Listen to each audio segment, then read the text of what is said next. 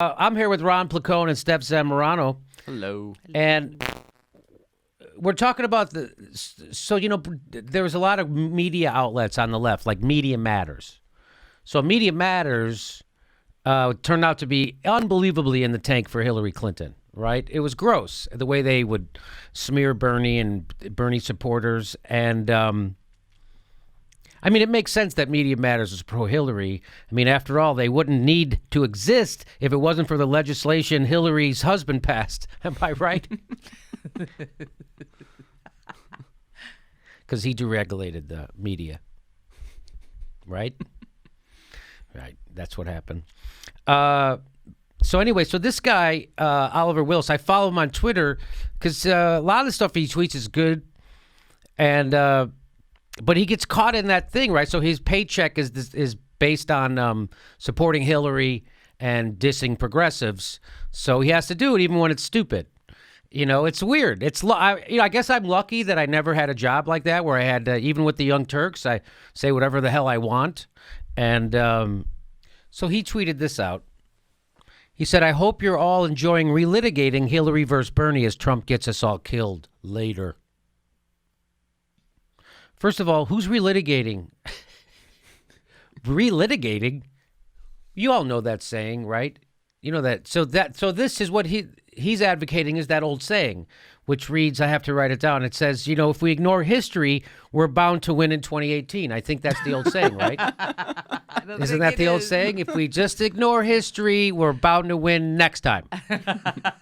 Isn't that what it says on that thing I have hanging on my wall? I think that's what it says.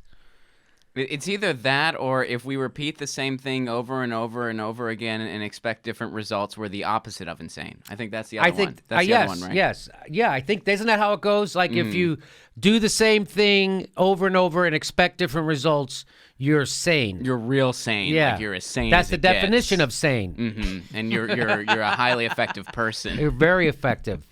You probably don't even need Scientology. And you don't need to capitalize any of your letters either. You can just use lowercase whenever you want because you're. I do. I like to misspell things on purpose, and I think it's funny for Twitter. But so I hear you. I don't want to cut you off at the knees on your grammar Nazism. So I retweeted it, and I said this. I said, yes, it's best we stick our heads in the sand and promise to learn nothing from the worst political defeat in history because it upsets corporate pigs.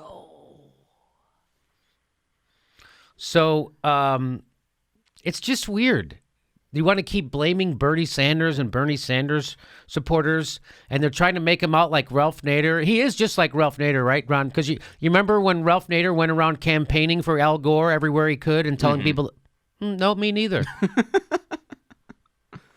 The fucking guy spent 6 months traveling the country campaigning for, telling his own, really putting an emotional hurt on his followers to tell them to go support this thing that got you involved in politics. The first time was the fight against it. It's just weird. So then,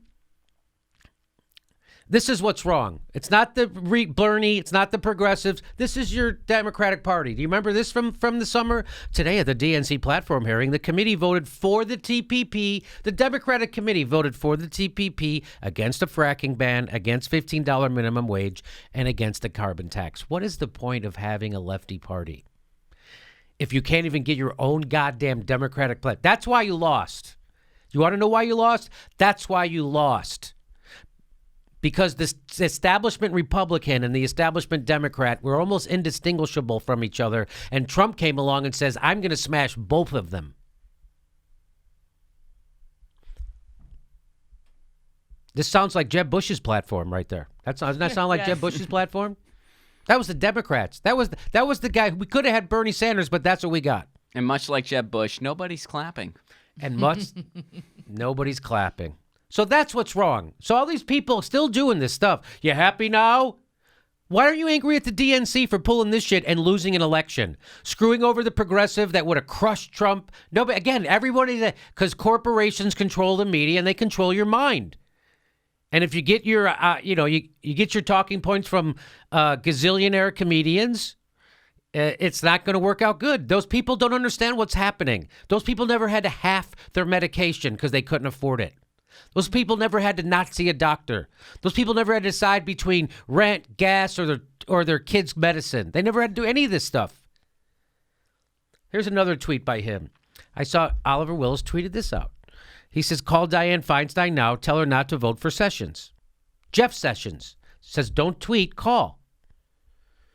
So now he's got to encourage his own Democratic Party to stand up against a horrible racist. These are the people that he just got done shaming us for not voting for. Now he's saying you better call them and tell those mother effers they better stand up against Jeff Sessions. It's kind of ironic, right? So first you're protecting establishment Democrats. Now you're coming after establishment Democrats. What is this schizophrenia about, Oliver? Why is it okay to call out your establishment Democrats here?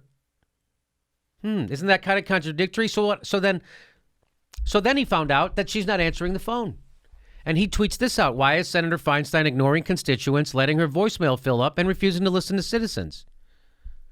Well, I got three answers, and the first two don't count. I go, because she doesn't work for constituents. She works for her donors. But pointing this out is now called divisive by corporate Dems and neolibs. Which that's the answer, because she doesn't fucking work for you. Oliver, you're in politics? You don't get who they work for? You don't understand that we live in an oligarchy, that the Princeton study proved that there's no correlation between what constituents want and what happens in legislation? You don't get that, but you do this for a fucking living. You're not a comedian.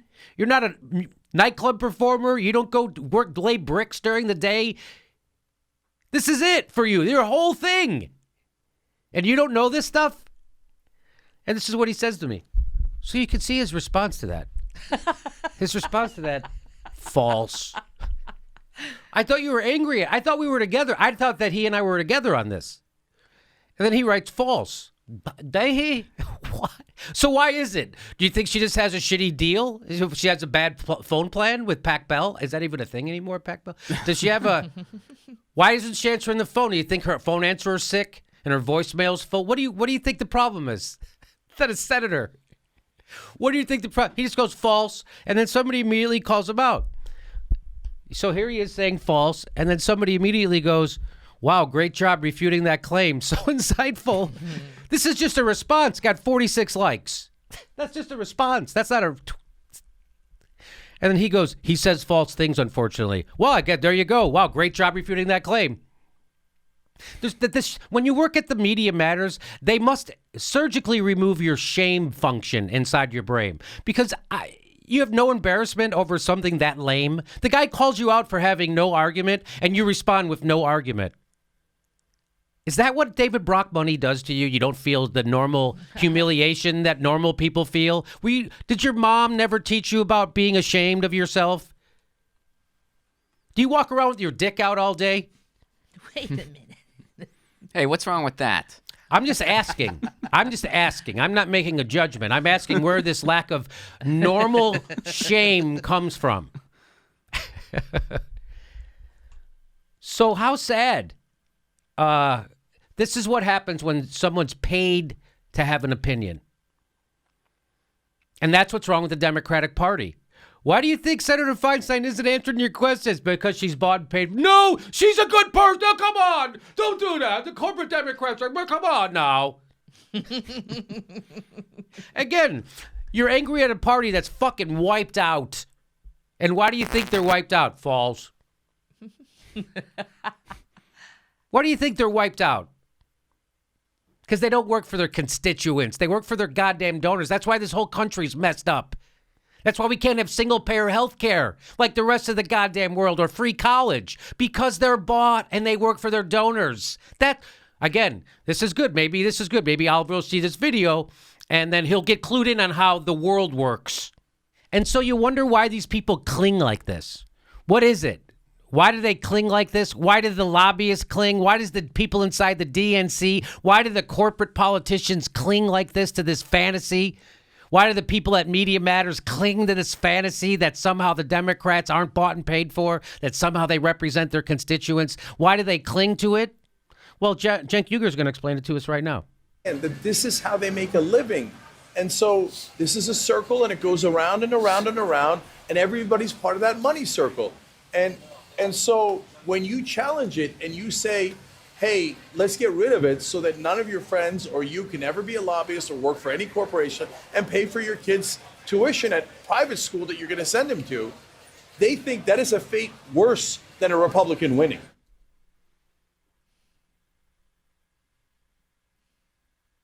That's Cenk Uygur laying it down.